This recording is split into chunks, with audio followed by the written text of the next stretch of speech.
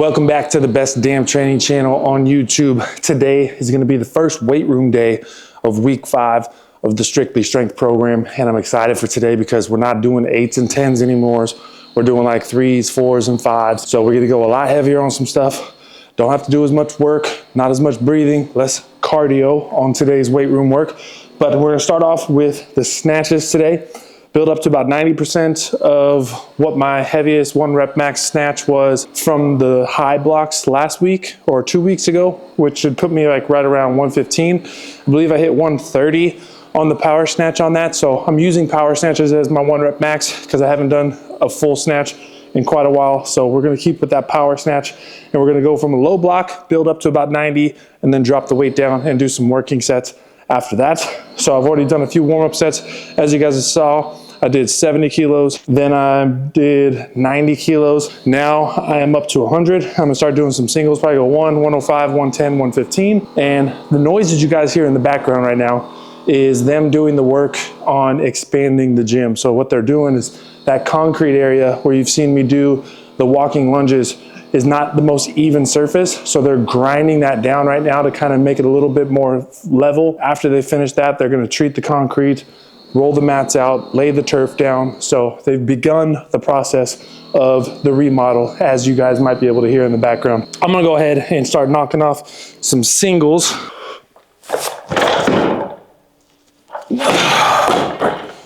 Woo. All right, we'll go 105 next, and then we'll build up to like that 115 number for the top end. Also, quick update on the shoe giveaway. I was told by Strike Movement that the winners have been notified and they're gonna get emailed, or they have been emailed. So be on the lookout for the email coming from Strike Movement. It's gonna be a form for you to fill out all your information so they can be able to ship the shoes out to you depending on where you're at. And now we're just building up by 5s right now. So I put the collars on, which are 2.5 kilos each. So we're at 105 here. Do a nice crispy snatch here.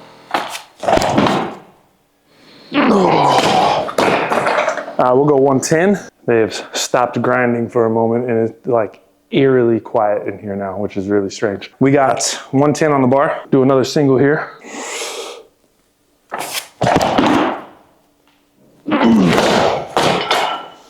All right, we're gonna go to 115, do our top single there. Then we're gonna drop the bar back down to probably like 105. And we'll do some 2s and 3s there.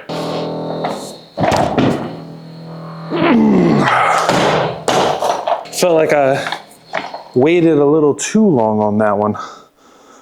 Like I got to here and I was still trying to push before I brought those hips forward. I need to be a little bit less patient, yet still more patient than before. You know what, I'm gonna do another one. I need to make that feel better. That didn't feel like a good rep.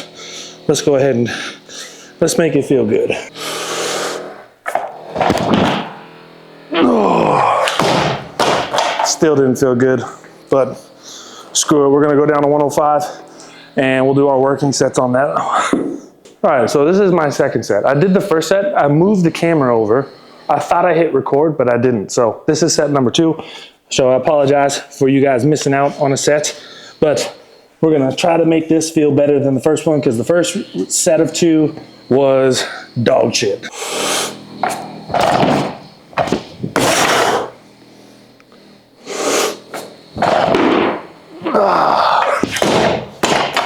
Okay, that was considerably better than that first set. So 2 more sets of 2 on this.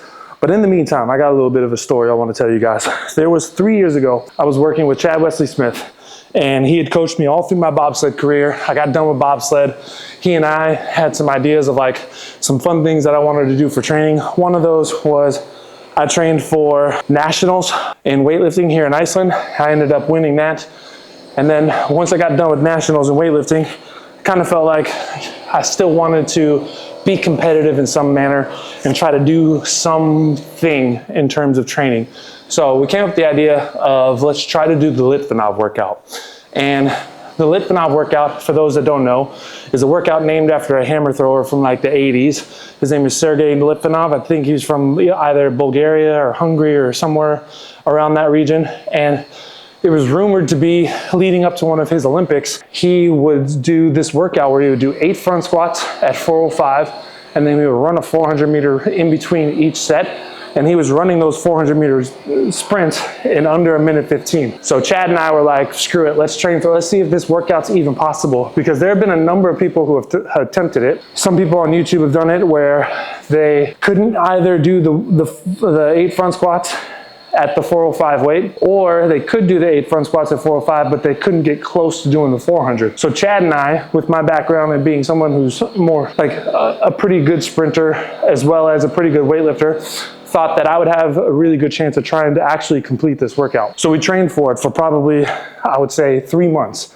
And I got to the point where one day I went out and I tested the workout. I did my 8 front squats at 405. I was doing it at like 185 kilos though. So I did my 8 front squats at 185. I ran my first 400, and the way I set this up was I had a watch on.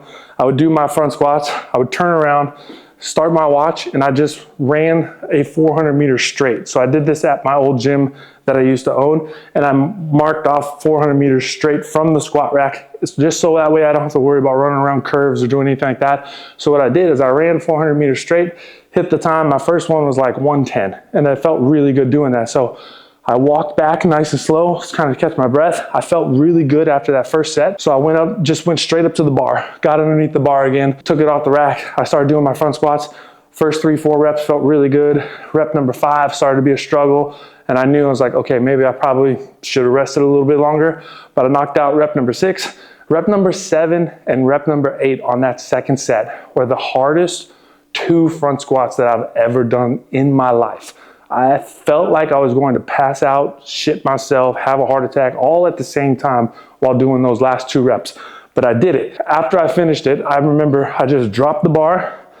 I started my clock. I turned around and I started jogging. My second one, I was running down, same thing, just straight out the door, down the road until I hit my little 400 meter spray paint mark that I had down on the road. I hit the second one. I looked down at the clock. It was like 125. I was like, fuck, I didn't do it, but at least I've done 2 rounds of this workout. I started walking back. I get about halfway walking back.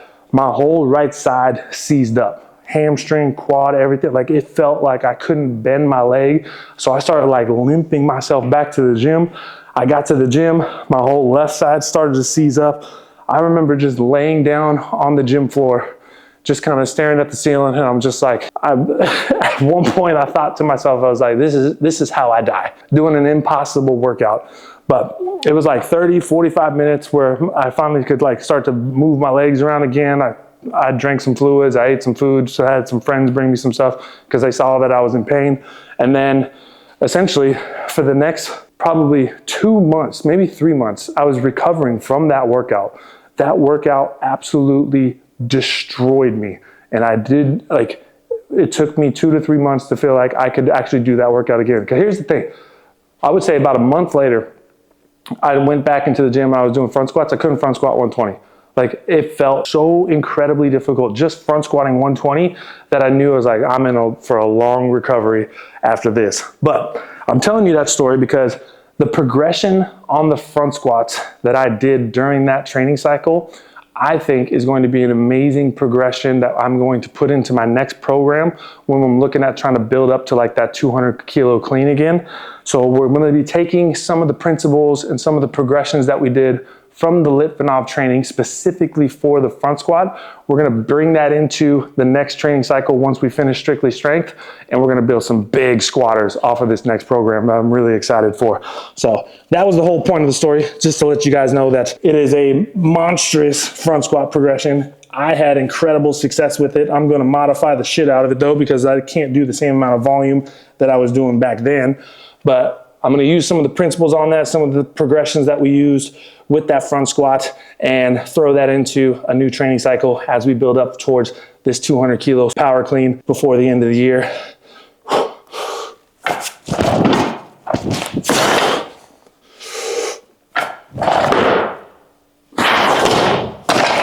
All right, we got 2 sets left? No, we got 1 set left. One more double left, and then we're gonna move on to some back squats. Last set, best set. Let's send it.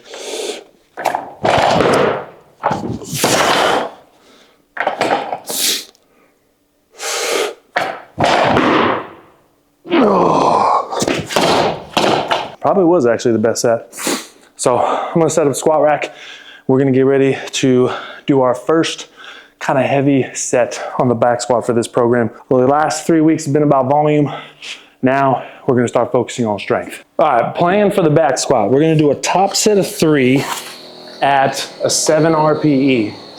After we hit that top set, we're gonna take 20% of whatever weight is on the bar off, and then we're gonna do 4 sets of 4 to 5 reps to follow that up.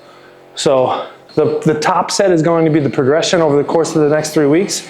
So this week we'll do 3 at 7, next week we'll do 3 at probably like 8 to 9, and then the week after that we'll probably build up to like a 3 rep max and try to get a top end number on that. And then the percentages and the working sets are always going to be based off whatever that top set is. So as that top set progresses week after week, our working sets are also going to progress, but the percentage difference will change. And as we get through next week and the week after that, I'll explain a little bit more about how that percentage difference from the top set to the working set is going to change. And that's also going to dictate what the sets and reps following that top set are going to end up being. But I like doing top sets at an RPE and then basing my working sets off of that, because it's very easy to be more accurately estimating what your RPE is when you're doing just one top set versus trying to do straight sets across and trying to estimate that RPE for every single set.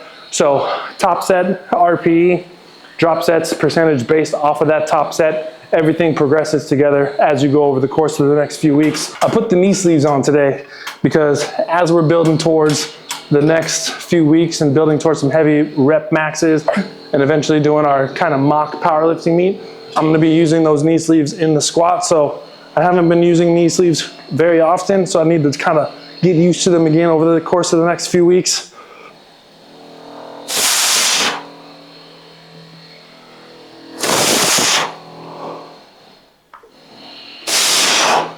I think 160 is a good jump from here. 3 at 160. I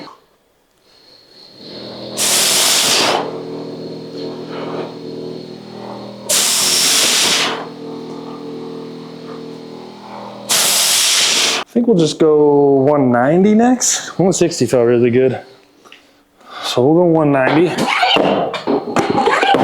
All right, we got a 190 for 3 here.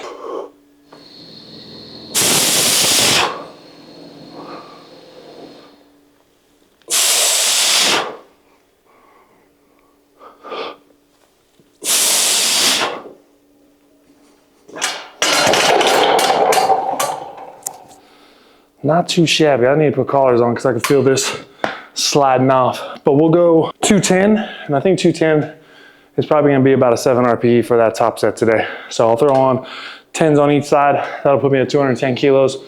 Knock that out. I have a good feeling that's gonna be the top end for today. All right, 210 on the bar. I'm gonna take the mic off for this just because I can feel it a little bit as I'm doing the squats.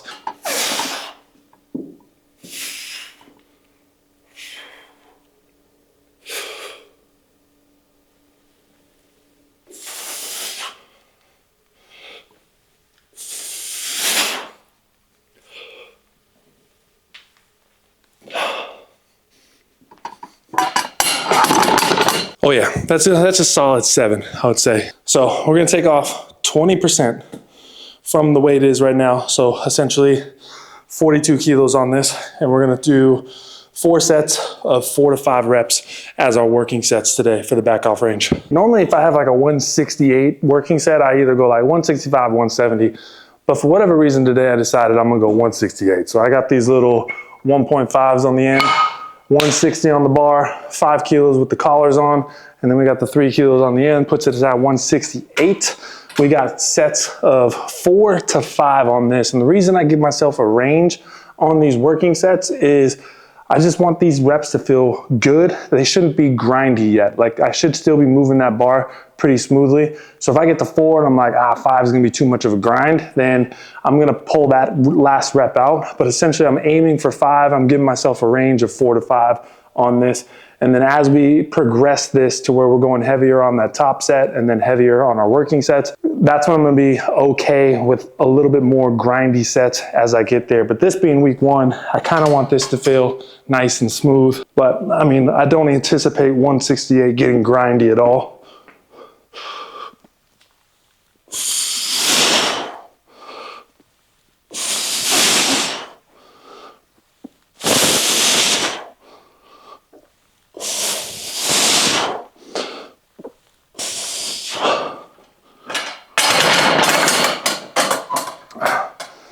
And that's the working set. So I'm gonna do 3 more sets of that. I'm not gonna show you guys all working sets on this because it's not too exciting here, but 3 sets more, 168, and then we got some heavy RDLs that we're gonna do today.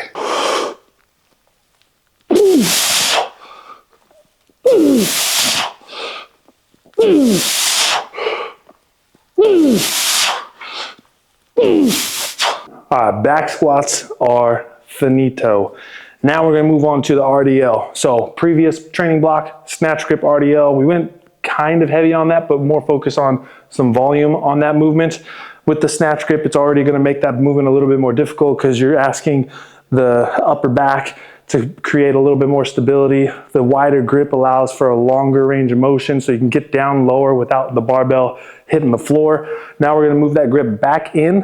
We're gonna focus a little bit more on loading this movement up. So we're gonna be doing sets of about 6 on this. RPE range, I don't really have anything specific. I said RPE 7, but if I'm above my RPE on these accessory movements, I'm not gonna be too stressed out about that. I'll be a little bit more strict with my main movements because those progressions are gonna be a little bit more strict.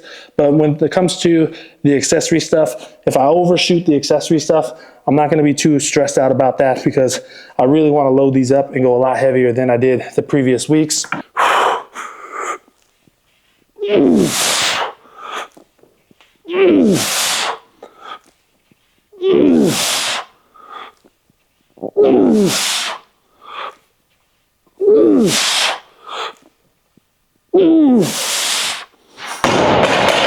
So we'll do our 3 sets there.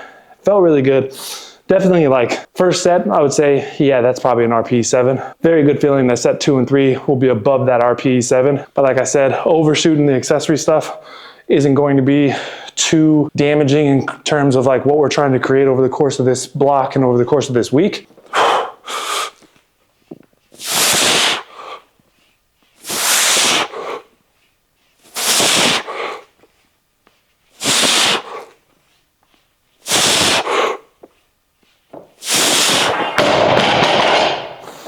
Second set actually felt better than the first set. Last exercise I have planned for today is we're gonna be doing a step up. And I chose this variation because it's gonna allow me to load this movement compared to the single leg movement that we did previously, which was gonna be the walking lunges. And to be honest, I didn't really load those up very much anyways. I just kind of use that as kind of get like a little bit of a pump at the end of the session. So I'm gonna keep the reps on this higher. We're gonna do 10 reps on each side, but we're loading this movement up for this next few weeks to try to just get a little bit more single leg strength movement dominant stuff in there. The box height that I like to do when I do step ups is low enough to where my bottom leg isn't going to be assisting in pushing myself up. So what I see a lot of times is when people have too high of a box, like let's say I've got a box that's gonna be considerably taller. Once you start loading this movement up and trying to make this heavy, what happens is you get that top leg on top of the box and you end up pushing with that bottom leg and you end up starting your step up from this position right here. So you're just kind of going down, again, push, and now you're beginning to actually use that top leg. What I like to do is drop that box down a little bit. But I'm thinking about keeping that bottom leg stiff and just pushing with this top leg in order to get myself on top of that box. So that's what I'm gonna focus on here with this. I have a trap bar loaded up. That way I can get a little bit more stability by having this whole unit connected with each other versus using dumbbells and having those kind of swing independently of each other. So this will allow me to create some more stability and be able to load that up because of the stability. This is 100 kilos total. This Eleiko trap bar is 25 kilos. Then I've got 70 kilos in weight plates and then the 5 kilo collars on there. So that brings me up to my 100 kilo total on this. We'll do 10 reps on each side, and we'll just kind of pump these out. I don't want these to be heavy and super grindy. I'm just gonna look at knocking out 10 reps fairly quick on each side.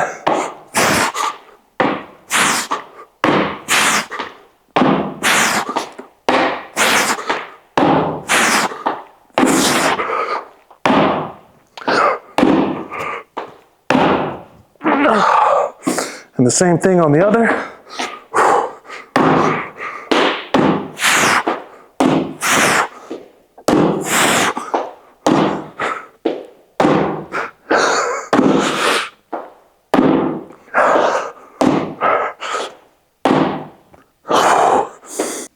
And there you have it.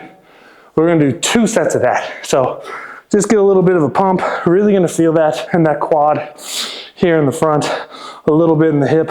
Get that nice little pump to end the session, and then we'll finish off with some core work today. So we got a last set here for the step ups. Again, pump it out. Not worried about like speed, but we're just trying to rep these out for the 10 reps on each leg.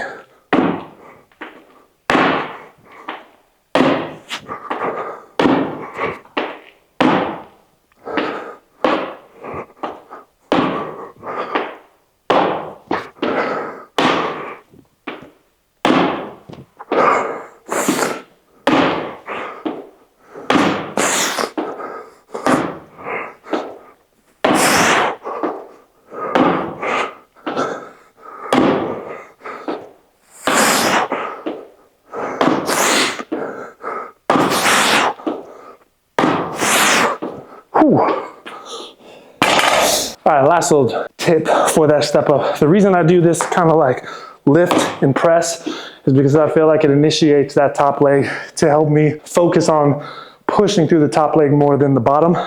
So if I were to just stand here and do this, then what's gonna end up happening is I feel like that bottom leg is going to start taking over, and I'm gonna start pressing a little bit.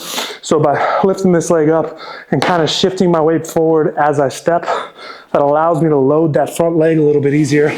So what it looks like from the side is I have my weight down on my bottom leg, and I kind of shift my weight forward, and I get into a loaded position here, and then I press through that top. So I'm not pushing off with this bottom leg. What I'm essentially doing is just rocking forward and then pushing. So that's the motion that I'm still doing here. So you kind of get your mass over that front leg, and then you kind of load that leg up so it can press up into the top of that position there. So why am I breathing so hard? This wasn't even a hard workout today. I'm gonna finish off with a little bit of core. I'm gonna just keep the ab wheel in it. I'm not gonna change up too much.